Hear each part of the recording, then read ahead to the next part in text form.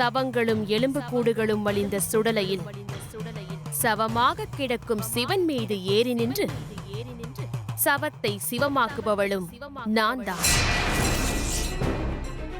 நான் கொடுத்த வரத்தை உன் எல்லைக்குள் பயன்படுத்தாமல் என் எல்லைக்குள் வந்திருக்கிறாய். இதை ஒருபோதும் நான் அனுமதிக்க மாட்டேன்.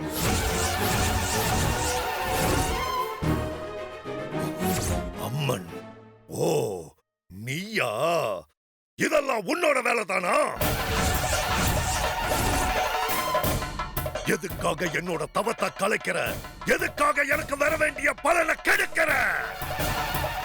இதபார், உன்னால என்ன எதுவும் பண்ண முடியாது. ஏன்னா என்னோட பூஜை வலிமை வாய்ந்தது. யாருமே செய்ய முடியாத சர்வ பராக்கிரம பூஜையெல்லாம் நான் பண்ணி இருக்கேன். 5 வருஷம் தவ இருந்து நான் இந்த வரத்தை வாங்கி இருக்கேன். எனக்கு தேவையான உடம்ப நான் அடைஞ்சே தீருவேன். எனக்கு இன்னொரு ஜென்மம் நிச்சயமா இருக்கு. இன்னொரு 100 ஆண்டுகள் நான் வாழணும். அதுக்கு இந்த குழந்தையோட உடம்பு எனக்கு தேவை. அந்த குழந்தைய என்கிட்ட கொடுத்துட்டு நீ அந்த உடம்ப விட்டு விலகிடு. ஒரு பக்தனோட வரத்தை மீறி உன்னால எதுவும் பண்ண முடியாது. என்னோட பக்தி உண்மை. என் பக்திக்கு முன்னாடி உன்னோட சக்தி பலிக்கவே பலிக்காது, பலிக்கவே பலிக்காது.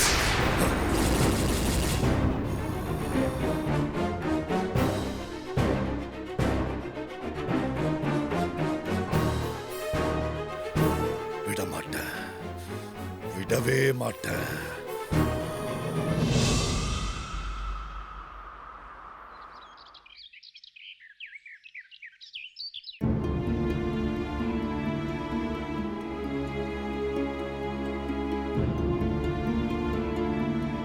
கோகிலா,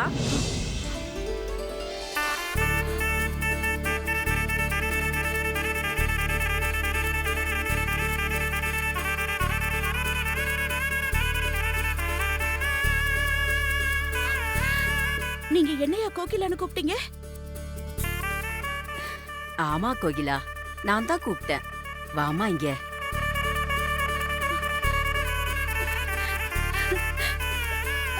நீங்க என்ன கோகிலான்னு கூப்பிட்டீங்க அப்படிதானே? ஆமாண்டா. நீ கோகிலான்னு எங்க எல்லாருக்கும் புரிஞ்சு போச்சு. இத்தனை நாளா எங்க பொண்ணு மேரின்னு நினைச்சுதான் உன்னை இந்த வீட்டுல வச்சிருந்தோம். ஆனா இப்பதான் நீ எங்க மேரி இல்ல, கோகிலான்னு எங்க எல்லாருக்கும் தெரிஞ்சு போச்சு. எனக்கு என்ன சொல்றது, எப்படி சொல்றதுன்னு எனக்கு எதுவுமே புரியல. உங்களுக்கெல்லாம் என்னால வார்த்தையில நன்றி சொல்ல முடியல. நீங்க எல்லாரும் என்ன இவ்வளவு சீக்கிரமா புரிஞ்சுக்குவீங்கன்னு நான் எதிர்பார்க்கவே இல்ல. உங்க பொண்ணு மேரி நான் இல்லைன்னு நிரூபிக்கிறதுக்கு நான் என்னெல்லாம் செய்யணும்னு யோசிச்சுக்கிட்டு இருந்தேன். ஆனா நான் இங்க வந்து கொஞ்ச நாள்லயே நீங்க என்ன நல்லா புரிஞ்சுக்கிட்டீங்க. அம்மாடி, உன்னை பார்க்கும் போதெல்லாம் நீ எங்க வீட்டு பொண்ணு மேரின்னு தான் நினைச்சோம். அதே மாதிரி அவளோட பிடிவாத குணம், அவ கல்யாணம் வேணான்னு எங்களை விட்டு போனது, அந்த சூழல் எல்லாமே எங்களை அப்படி தீர்மானிக்க வச்சிருச்சு. கோகிலா இறந்து போயிட்டான்னு உங்க வீட்டு ஆளுங்க தீர்மானமா சொன்னதுனாலதான் உன்னை இங்க அழைச்சிட்டு வந்தோம். உன்னோட நடவடிக்கை, உன்னோட பாவனை எல்லாம் பார்த்து நீ எங்க பொண்ணு மேரியா இருக்க முடியாதுன்னு எங்களுக்கு தெரிஞ்சு போச்சு. ஆனா என்ன, எங்க பொண்ணு மேரிய இனிமே எங்களால பார்க்கவே முடியாது. பாட்டிமா, இங்க பாருங்கம்மா.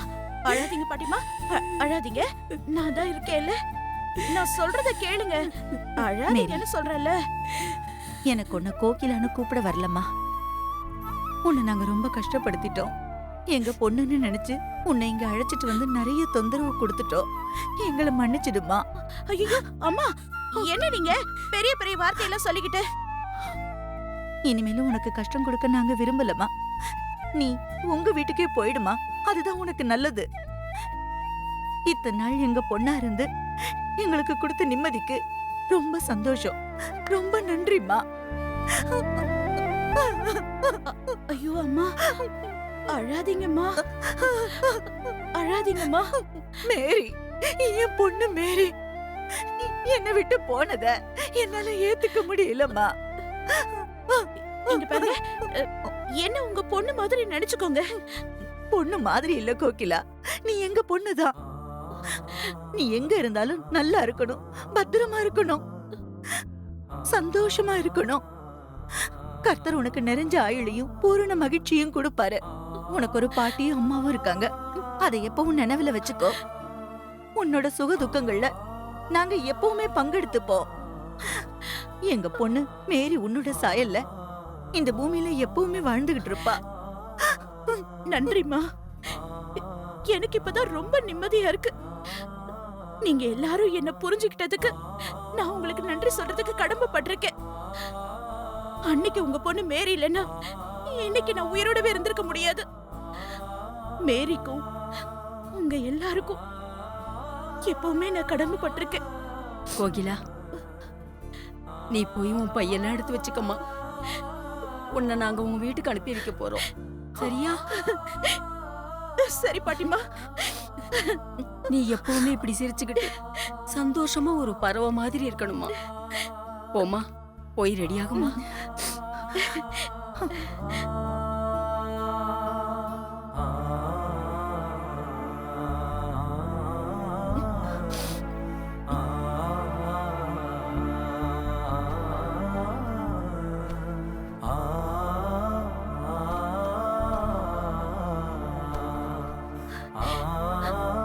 அப்பனே முருகா, இந்த வீட்ல இருக்கிறவங்க எல்லாம் என்ன கோகிலான்னு நம்பிட்டாங்க. இப்பதான்ப்பா எனக்கு மனசு நிம்மதியா இருக்கு. இதே மாதிரி என் புருஷன், உமா, தாமரை, மல்லிகா எல்லாரும் என்ன நம்பணும். நம்புவாங்க. எனக்கு அந்த நம்பிக்கை இருக்கு. புள்ளையரப்பா, நான் ஊருக்கு வந்ததும் உனக்கு தேங்காய் உடைக்கிறேன்.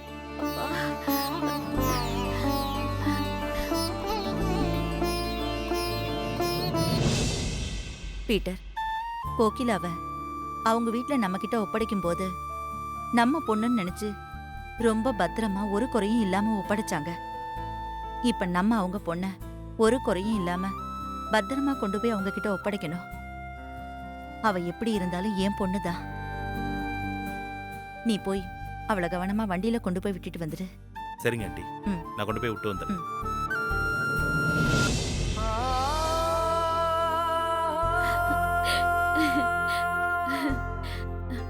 பாட்டிமா, நான் ஊருக்கு கிளம்புறேன். ஆசீர்வாதம் பண்ணுங்க. நல்லா இருமா, பத்திரமா போயிட்டு வாமா. உனக்கு எப்ப எது வேணாலும் என்கிட்ட கேளு, சரியா? சரிங்க பாட்டிமா. அம்மா, நான் கிளம்புறேன். சரிம்மா, ஒரு நிமிஷம்.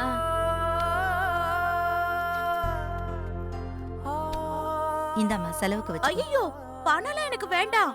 அம்மா ஆசையா குடுக்கறேன்ல, வேண்டான்னு சொல்லக்கூடாது, வாங்கிக்கோ. வாங்கிக்க. பொடி நீ. வச்சுக்க. பீட்டர், அவளை பத்திரமா கொண்டு போய் வீட்ல விட்டுட்டு வந்துடு. ம், சரியா? சரிங்க ஆண்டி. பாட்டிமா, ம், நான் கிளம்புறேன். போயிட்டு வாமா. அம்மா, நான் கிளம்புறேன். சரிம்மா, பத்திரமா போயிட்டு வா. கிளம்பலாமா? ம்.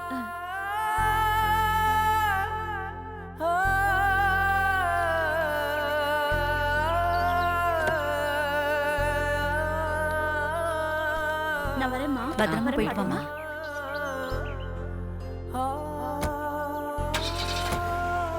வரேம்மா, வரேன் பாட்டிமா.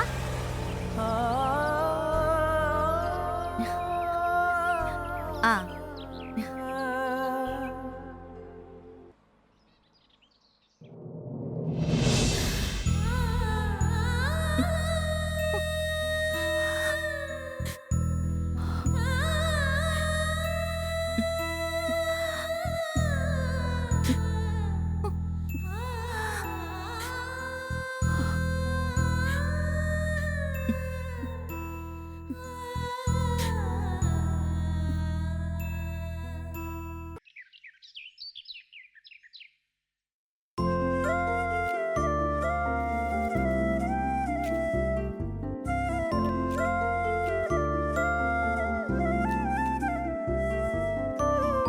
அம்மா, ஏமா காயெல்லாம் நீ கட் பண்ணிட்டு இருக்க? நீ அடுப்படியில போய் வேலைய பாரு, நான் உனக்கு பண்ணி தரேன்.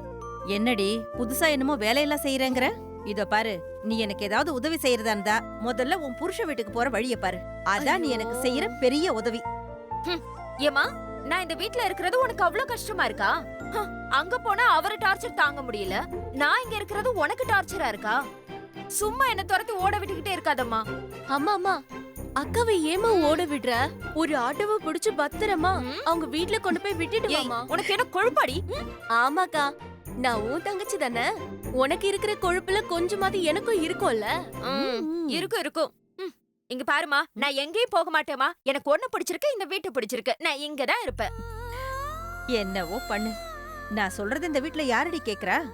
சரி சரி, பாரதி ஏதோ ஆபீஸ்க்கு சீக்கிரமா போகணும், முக்கியமான மீட்டிங் ஏதோ இருக்குன்னு சொல்லிட்டு இருந்தா. நீ போய் அவளை எழுப்பு. அம்மா, அவளுக்காக தான் நான் காலையிலேயே சீக்கிரமா எழுந்திருச்சு குளிச்சு முடிச்சு ட்ரெஸ் பண்ணிக்கிட்டு பக்காவா ரெடி ஆயிட்டேன். இன்னைக்கு அவளுக்கு மீட்டிங் வேற இருக்குல்ல. என் ஃபேஸ்ல முழிச்சாதானே அவளுக்கு மீட்டிங் நல்லபடியா நடக்கும்.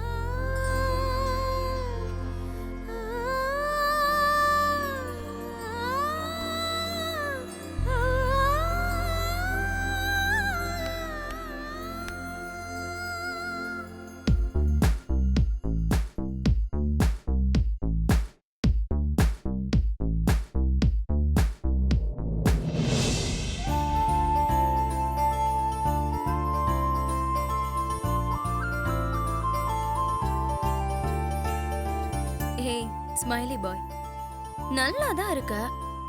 ஆனா என்ன ஓவர் திமிரு. பொண்ணுங்களை மதிக்க மாட்டியா நீ? டூ மச்சா சண்டை போடுற? இப்படியா தொட்டதுக்கெல்லாம் சண்டை போடுவாங்க?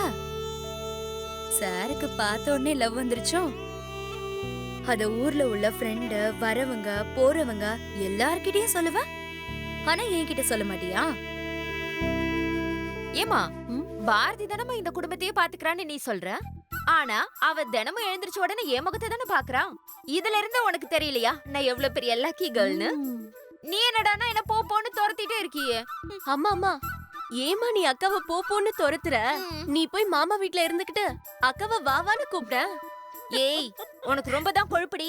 நீ என் வழியில ரொம்ப கிராஸ் பண்ற. இனிமே தினமும் நான் ஓ முகத்துல தான் முழிப்பேன். எனக்கு உன்னை பார்த்துக்கிட்டே இருக்கணும் போல இருக்கு.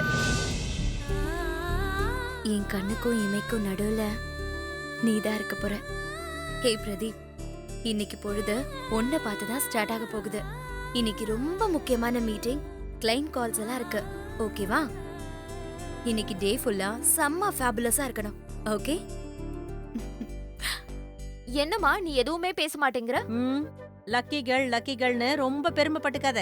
பாரதிக்கு கல்யாணம் ஆயிடுச்சுன்னா அவ புருஷ முகத்துல தான் முழிப்பா. அதுக்கப்புறம் உன் முகத்துல முழிக்கணுங்கிற நினைப்பே அவளுக்கு வராது. அதனாலதான் சொல்றேன், நீ ஒழுங்கு மரியாதையா உன் புருஷ வீட்டுக்கு போய் அங்க குடும்ப நடத்துற வழிய பாரு. சான்ஸே இல்லம்மா. பாரதி ஏன் தங்கச்சி, அவ எப்பவுமே என் முகத்துல தான் முழிப்பா. சரி, டைம் ஆயிடுச்சு, நான் அவ ரூமுக்கு போறேன். பாரதி, நீ தானே லவ் பண்ற? பாரதி, நீதான்.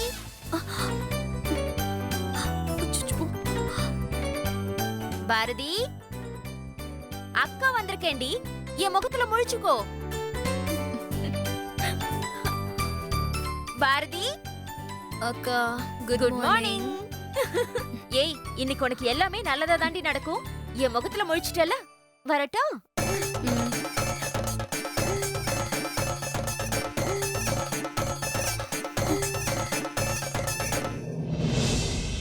சாரி மரி மரி சாதா சா, சாரி மரி மரி சாதா சா, சரி சரி சரி சரி மப மப மரி சரி சரி சரி.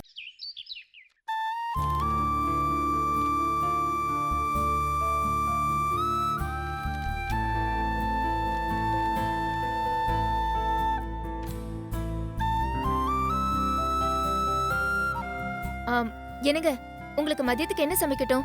பேசாம வெங்காய சாம்பார் வச்சிடவா? ஏங்க, உங்களதான் இந்த உலகத்துல தானே இருக்கீங்க.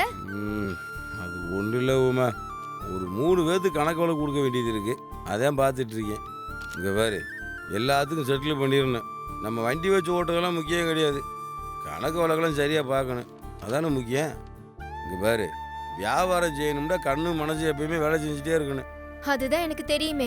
உங்களுக்கு 24 மணி நேரமும் வேலை ஞாபகம் இருக்கிற மாதிரி எனக்கு வீட்டு ஞாபகமும் உங்க ஞாபகமா தான் இருக்கு. சரி சரி, நீங்க உங்க கணக்கு வழக்க பாருங்க, நான் போய் கிச்சன்ல என் வேலையை பாக்குறேன். உமா, ஆ, ஒரு நிமிஷம் இங்க வா. என்னங்க? உமா, மதியம் மட்டும் சமையல் பண்ணு போதும், சாயந்தரம் நம்ம எல்லாருமே இந்த முட்டுக்காடு வரைக்கும் போயிட்டு வந்துடலாம். நம்ம அகலியா வேற ரொம்ப நாளாக படகு சவாரி போகணும்னு சொல்லிட்டே இருந்துச்சு. அதனால நம்ம எல்லாரும் மொத்தமாக சேர்ந்து படகு சவாரி போயிட்டு வர்றப்ப வெளியிலே சாப்பிட்டு வந்துடுவோம். என்னங்க திடீர்னு முட்டுக்காடு படகு சவாரின்னு ஒரே கலக்கலா இருக்கு போங்க.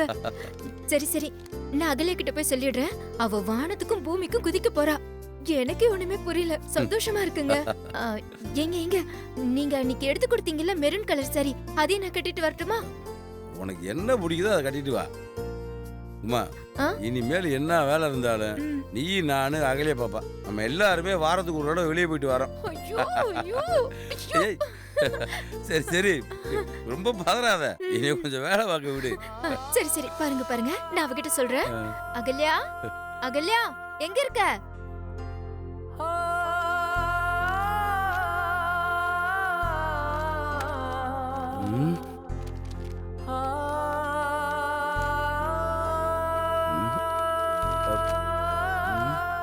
உமா,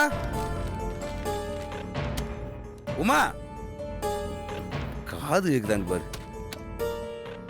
உமா, என்னங்க என்னாச்சு? எதுக்கு இப்படி அலற வச்ச மாதிரி கத்திக்கிட்டே இருக்கீங்க? ஏய், இந்த வீட்டுல வச்ச இடத்துல ஒரு பொருள் இருக்காதா? என்ன செய்யறது ஏது செய்யறதுன்னு ஒண்ணுமே புரிய மாட்டேங்குது. என்னங்க எதுக்குங்க இப்படி டென்ஷன் ஆயிட்டு இருக்கீங்க? ஏய், அந்த நோட்டுக்குள்ள எல்லா பிள்ளையும் மொத்தமா வச்சிருந்தேன். மத்த எல்லா பிள்ளை இருக்கு, 2 பிள்ளை மட்டும் காணோம். எங்க போச்சுன்னு தெரியல. என்னங்க நீங்க தானே ரூம்ல இருந்து எடுத்துட்டு வந்திருப்பீங்க. கை தவறி எங்கேயாவது கீழே விழுந்திருக்கும், போய் தேடி பாருங்க, கண்டிப்பா கிடைக்கும். என்ன கொஞ்ச நேரம் வேலை செய்ய விடுங்க. இங்க பாருங்க, உங்களை விட வேகமா அந்த குக்கர் கத்துது பாருங்க. போங்க போங்க.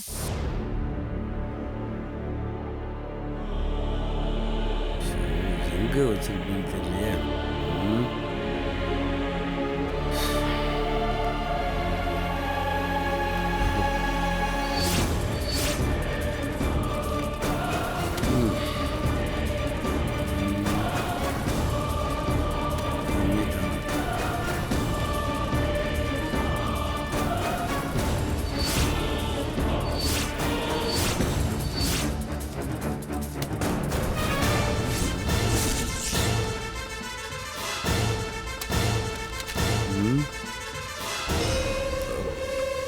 கோயிலா எழுத்து மாதிரி இருக்கு. எப்போ எழுதுனது, எப்போ இருந்துங்க கிடக்கு?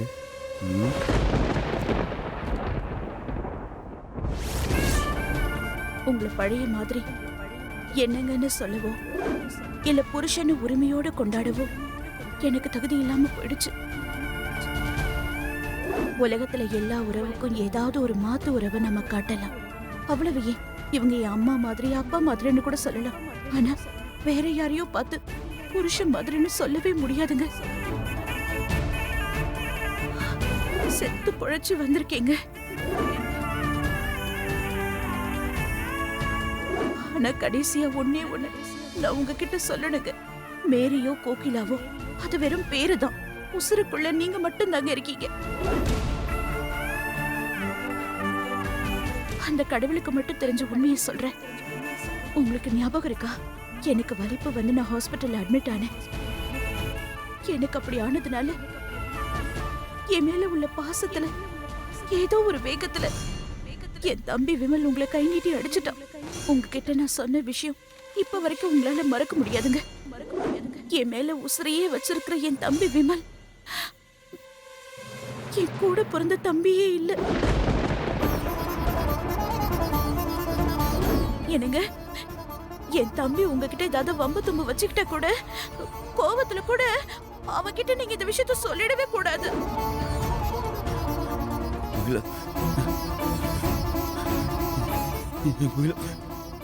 உயிரோடு இருக்கா? என் கோயில உயிரோடு இருக்கா? என் கோயில உயிரோடு இருக்கா? இந்த லெட்டரை படிச்சதுக்கு அப்புறம் நீங்க என்ன நம்பாமலே போனாலும் பரவாயில்ல. ஆனா தயவு செஞ்சு இதை கிழிச்சு போட்டுடுங்க. இது யாரு கண்ணே படவே கூடாது.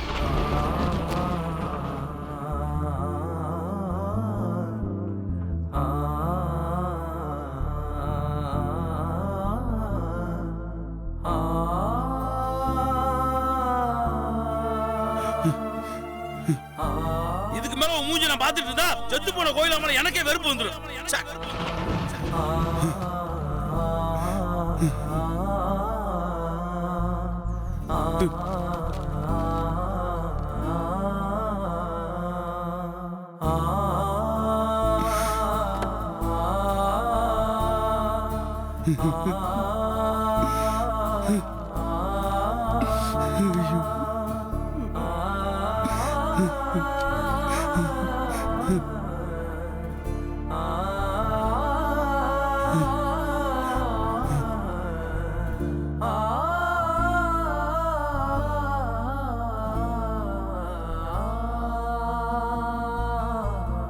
எனக்கு தெரியாம ரகசியமா குழந்தைய தூக்கிட்டு போறீங்களா?